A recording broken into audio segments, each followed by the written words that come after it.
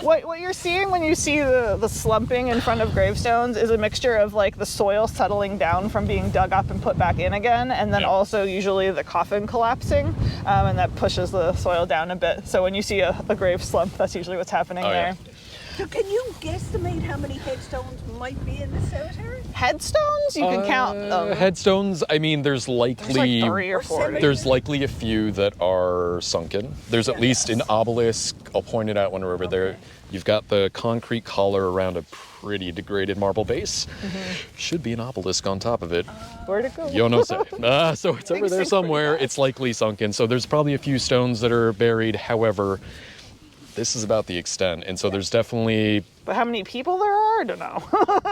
There's always way more. I mean, yeah, whether it's this site or anywhere else, guaranteed the ratio of unmarked to marked, unmarked is going to far exceed it. Yeah, like our favorite example is working in Trinity. The burial ground there has 188 recorded gravestones. There's at least 2,400 people buried there. And the records don't go back as far as the church being there because they don't exist earlier than a certain date. So there's a couple hundred unaccounted for people. Yeah. And there's like a reason the Trinity burial ground is sort of like this from the road. Yeah. Yeah. If you add mass to the ground will rise, and so accumulation. It is what it is. So this is another Skinner monument. You can see his name there, like not super ornate at the bottom there. He has his family monument in the Protestant cemetery in St. John's, and it's like a complete work of art. It's stunning if you are around that area. The stone was broken, as you can see, and the repairs that we do for broken stones, which we can't do in this weather, unfortunately, it's too cold. We use a stone epoxy that is a UV stable and temperature stable epoxy, so that if like something gets super cold, or if there's some exposed to the sun for some reason, that won't degrade the strength of it, and it's made for doing stone restoration work. It's a 2-part knife grade epoxy. It almost looks like peanut butter when you're mixing it. So thankfully it's able to... Yep. So the base on this one was... definitely wasn't vertical. I believe it was tipped like this. You've got it had this much exposed. This is the bottom piece. This is where the break was. And so dug it out, well, after vegetation trimming. When we work in this way, the grass was up here the entire way down. And so dug it back up.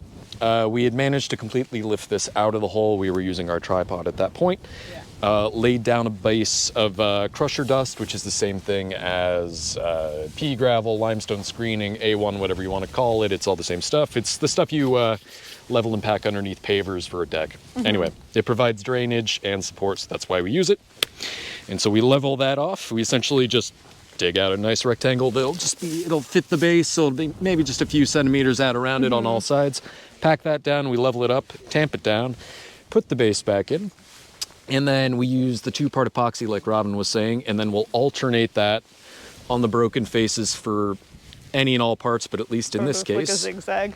Yeah, just kind of bopping it back and forth on here, offset, so that no matter where it touches, it's got a point of contact with the epoxy. Just, at the very least, it feels better. It does add a bit of strength. Yeah, and then we'll clamp that, C-clamps, one above, one below on each side, using wooden battens.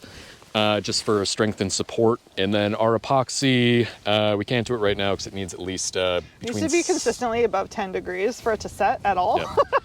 Preferably higher than that. So it's a small window of use in Newfoundland, unfortunately.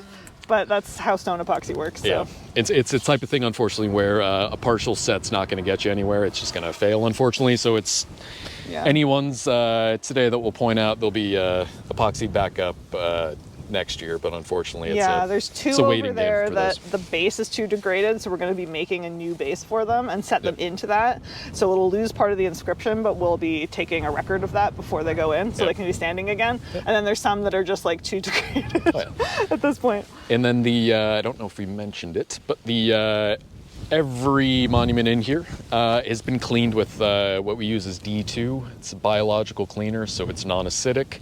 It's pH neutral. Yeah, so it's not like bleach, although it cleans like it. But basically, we mix it 50-50 water, D2, spritz it on with a spray bottle. We use essentially a dish scrubby, either natural fiber or just like the short plastic. Like a soft plastic bristled brush. Lather it up because it lathers. It's kind of nice on it, so you can see where you have and haven't done. And then rinse that off. And then the beauty about D2, it's not a one and done. It's almost like a spray it and forget it sort of thing, whether or not you rinse it. Because Except there's a similar product called Set and Forget, and you should not use that on a gravestone because it does have some of those materials that can damage stones, so don't do that. They advertise. That's the one available at Home Hardware. They advertise it for headstones. It is not. No. Yeah, so D2 marble is porous. All rock is porous if you look at it on a macro level.